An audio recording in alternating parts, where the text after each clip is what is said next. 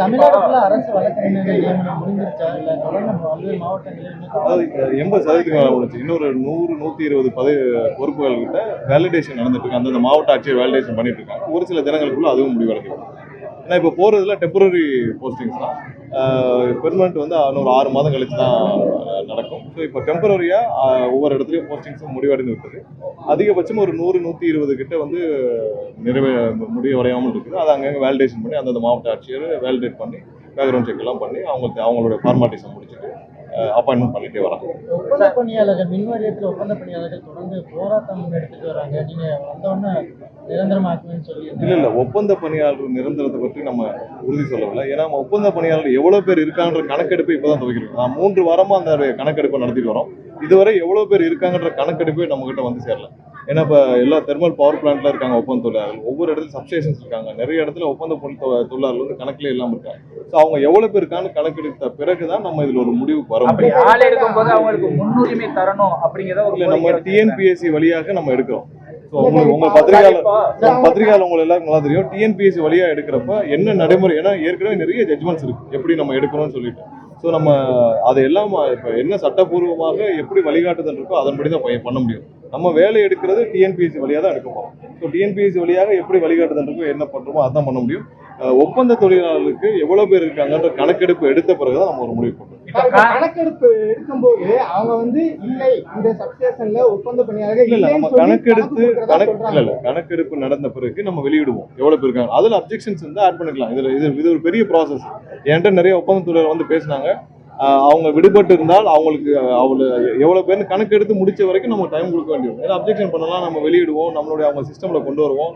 அவங்க எவ்வளவு பேர் இருக்காங்கன்னு தெரிஞ்சுக்க வேண்டிய கட்டாயம் இருக்கு. ஏன்னா எவ்வளவு பேர் இருக்காங்கன்னு தெரிஞ்சுக்கிட்டாதான் எவ்வளவு ஒப்பந்த தொழிலாளர் இருக்காங்க, அவங்களுக்கு என்ன சம்பளம் கொடுக்கப்படுது, அவங்க என்ன ஒப்பந்தத்துல என்ன மாதிரியான பணிகளை செஞ்சுட்டு இருக்காங்க, ஸ்கில்டா அன்ஸ்கில்டு லேபரா இருக்காங்களா என்னன்னு நம்ம தெரிஞ்சுக்கிறதுக்கான வாய்ப்புகள் இப்பதான் இருக்கு. அது தெரிஞ்சுக்கிற பண்ணி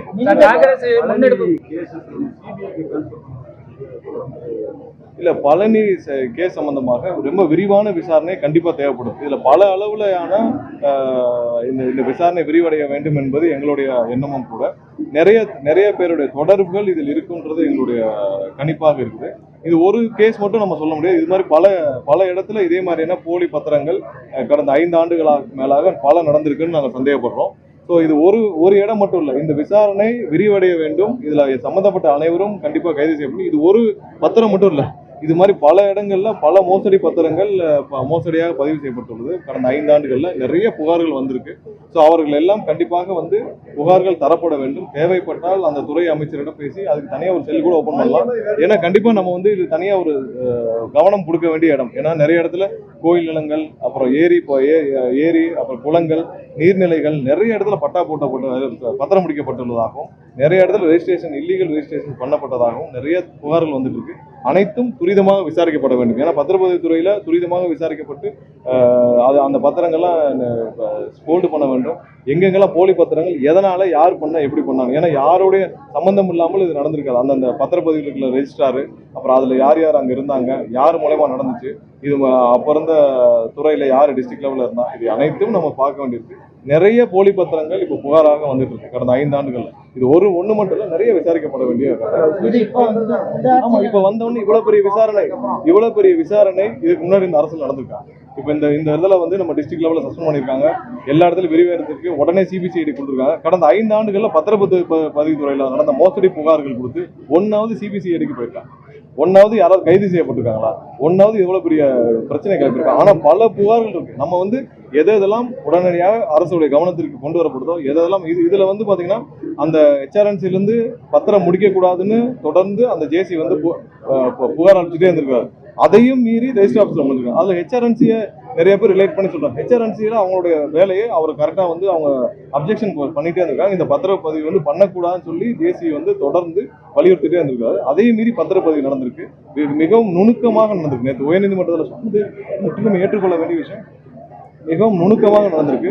அங்க அதிகாரிகள் மட்டத்திலும் அதுக்கு மாவட்ட மட்டத்திலும் இன்னும் வேற எங்கெல்லாம் தொடர்பு இருக்கோ கண்டிப்பா விசாரிக்கப்பட வேண்டும். அந்த துறை அமைச்சர்களும் இது மாதிரியான எங்கெங்கெல்லாம் போலி பத்திரங்கள் நடந்திருக்கோ அந்தந்த துறை அமைச்சர்கள் கடந்த சில நாட்களாக இது எல்லாத்தையும் எடுத்துட்டு வராங்க. கண்டிப்பா வேற ஏதாவது பொதுமக்கள் கடந்த 5 ஆண்டுகளில் இது மாதிரியான போலி பத்திரங்கள், நீர்நிலைகள், புறம்போக்கு நிலங்கள், அப்புறம் அது கோயில் நிலங்கள் இது மாதிரியான வந்திருந்தால் கண்டிப்பா கவனத்துக்கு கொண்டு வாங்க. விரிவான விசாரணை நடத்தப்படும். நிறைய கேஸ் ஃபைல் பண்ணாம இருக்கு. கடந்த 5 வருஷத்துல ஒரு நாள் சிபிசிஐடி போயிருக்கான்னு எதுவுமே இல்லை. கண்டிப்பா இல்ல இதெல்லாம் ஃப்ராட் அண்ட் கேஸ். இது வந்து முறைகேடு, இது வந்து கிரைம் அஃபென்ஸ், இது கண்டிப்பா வந்து கிரிமினல் அஃபென்ஸ், சிவில் டிஸ்பியூட் இல்லை. இது சொத்து பிரச்சனை இல்ல ஃபேமிலி டிஸ்பியூட். இது வந்து முற்றிலும் கிரிமினல் விசாரணை செய்யக்கூடிய வழக்கு. இது மாதிரி நிறைய இருக்கு. இப்போ நீங்க புறம்போக்கு நிலம், நீர்நிலைகளா அவங்களுடைய சம்பந்தம் இல்லாமல் நீங்க வந்து அரசுக்கு தெரியாமல் நீங்க பத்திரம் முடிக்கிறது முற்றிலும் குற்ற சம்பவம். அது கண்டிப்பா அது வந்து உங்க கூட்டணிக்குள்ள வந்து அன்புமணி ராமதாஸ் பாமக வருகிற பட்சத்துல உங்களுக்கு முன்னாலே ஆதரவு கொடுத்த திருமாவளவனுடைய நிலை என்னவா சார்? அந்த மாதிரி எதுவும் யாரும் அனௌன்ஸே பண்ணலையே. இல்ல மாதிரியான ஒரு பேச்சுவார்த்தையில் இருக்கு. அப்படி இருந்தா யாருக்கு பேச்சுவார்த்தை இருக்குன்னு யாரும் இது வரைக்கும் வெளியிடப்படவில்லையா? அந்த மாதிரி எதுவும் சொல்லாத பட்சத்தில் ஏன் யூகத்தின் அடிப்படையில் அவங்க பதில் சொல்லுவாங்க?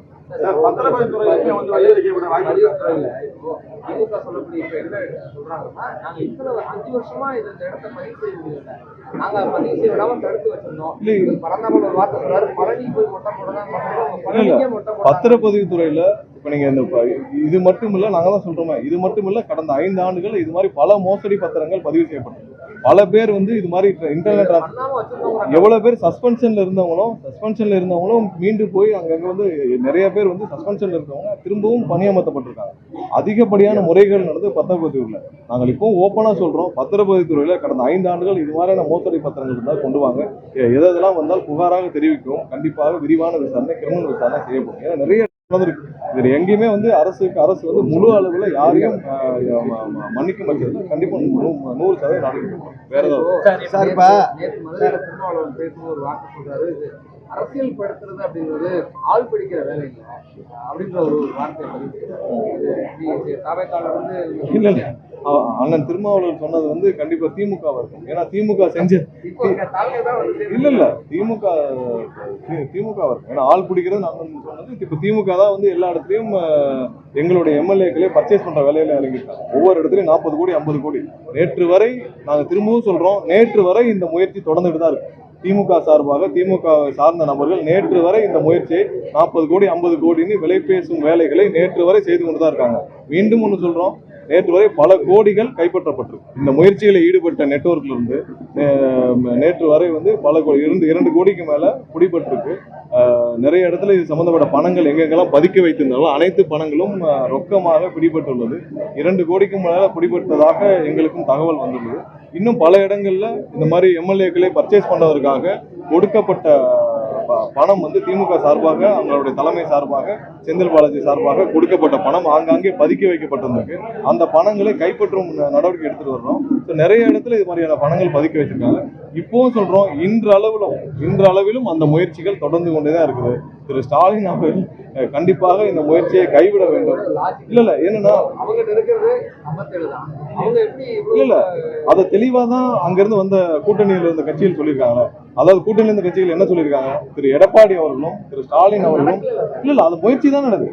அதோட அவங்களுடைய கண்டிஷன் என்ன, இது எம்எல்ஏக்களும் நீங்க பலம் பேசும்போது அவங்க கண்டிஷன் என்ன பண்றாங்க, சபாநாயகருக்கு எதிராக நாங்க வந்து நம்பிக்கை வாக்கெடுப்பு கொண்டு வரோம், அதற்கு எதிராக நீங்கள் வாக்களிக்க வேண்டும். அது வாக்களிச்சாலே அரசை டிஸ்மிஸ் பண்ணலாம், அரசுக்கு எதிராக பண்றது.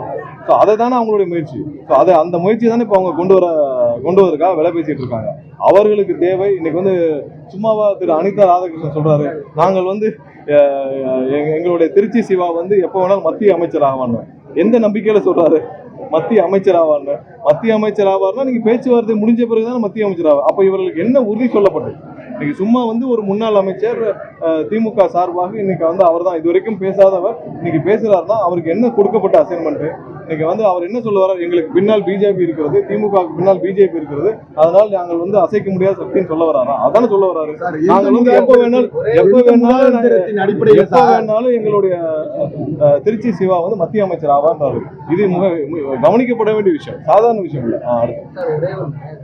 என்ன சொல்றாருன்னா, திமுக அலையன்ஸ் அதாவது தாவேக்காவை எதிர்த்து நின்று ஜெயிச்சவங்களை சேர்த்து ஆட்சி அமைக்கிறது சரி அப்படின்னா திமுக அதிமுக அலைன்றது அதாவது காங்கிரஸும் கம்யூனிஸ்டும் என்ன காரணத்தினால வெளியே வந்தாங்க? இல்ல காங்கிரஸும் கம்யூனிஸ்டும் என்ன காரணத்துக்காக இவர்கள் வந்து அதிமுகவுடனும் பிஜேபியுடனும் சேர்ந்து ஆட்சி அமைக்க முயற்சி செஞ்ச பிறகுதானே வெளியே வந்தாங்க.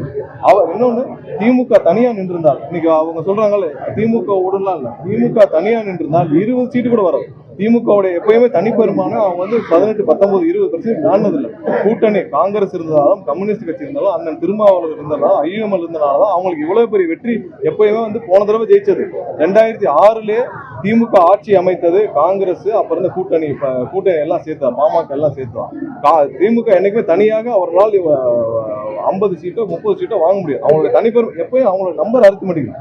இப்போ போன தடவை ஆட்சி அமைத்தது ஏன் 2011 2014 அவ்வளவு பெரிய படுதொலி அடைஞ்சாங்க? அவங்களுக்கு ஆட்சி அமைக்க முக்கிய காரணம் அண்ணன் திருமாவளவனும் காங்கிரஸும் கம்யூனிஸ்டும் இருந்தனால காரணத்தினால் மட்டும்தான் திமுக வந்து 2021 ஆட்சி அமைக்க காரணமாக இருக்கு. ஸோ அவங்க இவ்வளவு தூரம் சீட்டு வாங்கினதும் காங்கிரஸ். காங்கிரஸும் கம்யூனிஸ்டும் அண்ணன் திருமாவும் இல்லை என்றால் அவங்க 20 சீட்டுகளை வாங்கியிருக்காங்க. அதான் உண்மை. ஸோ அதை வந்து அந்த வெற்றிக்கு பிறகு அவங்க 50 சீட்டு 57 சீட்டு வாங்கினதுக்கு பிறகு அவங்க திரும்பவும் வந்து பாஜகவுடனும் அதிமுகவுடன் சேர்ந்து நினைச்சா யாரு கூட இருக்கும்? ஸோ அதனாலதான் வந்து வெளியே வராங்க. ஸோ அதுல எந்த தவறும் இல்லையா? அவங்க வந்து கொள்கைக்கு எதிராக அவங்க போய் செய்யறதுக்கும் மக்கள் தீர்ப்புக்கு எதிராக செயல்படுறதுக்கும் விருப்பமெல்லாம் வெளியே வராங்க. திமுக இப்ப சொல்ற காரணம் ஏதாவது ஒரு ஏற்றுக்கிற மாதிரி இருக்கா? அவங்க போய் அதிமுகவுடன் பிஜேபி கூட சேர்ந்து ஆட்சி அமைச்சா யாராவது ஏற்றுக்கொள்வாங்களா? ஸோ அதை தான் வந்து அவங்க வெளியேறாங்க. வேற எந்த காரணம்? சார் திமுக வந்து ஒரு பாஜகவை விமர்சிக்க வேண்டாம் அப்படின்னு சொல்லிட்டு தலைமையிலிருந்து உத்தரவு போட்டிருக்கதா ஒரு இல்ல, நானும் அந்த செய்தியை பார்த்தேன் இன்னைக்கு காலையில. ஏன்னா முன்னாடிலாம் திரு ஸ்டாலின் அவர்கள் வந்து பாத்தீங்கன்னா சென்னையில இருக்கிறப்ப கட்சி அறிவாலயம் பக்கமும் போக மாட்டார்.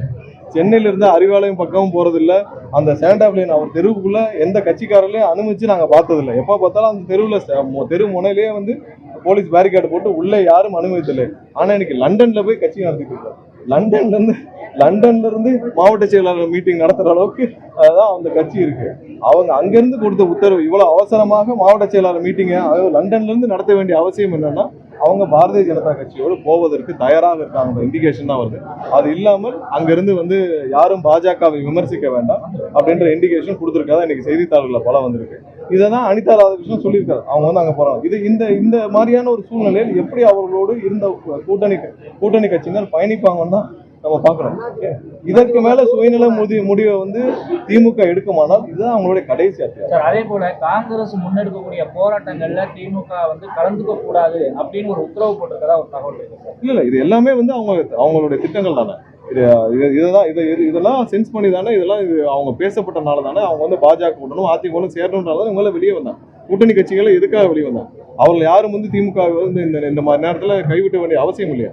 அவர்கள் இப்படி தவறான முடிவு எடுத்தால் அந்த முடிவிற்கு அவர்கள் வேணா சுயநலமா அவங்க குடும்பத்தை காப்பாற்றிக்கொள்ள, அந்த குடும்ப சொத்துக்களை காப்பாற்றிக்கொள்ள அந்த முடிவு எடுக்கலாம் திரு ஸ்டாலின் அவர்கள். பட் மற்ற கட்சியினர் அந்த எப்படி அந்த கொள்கைக்கு எதிராக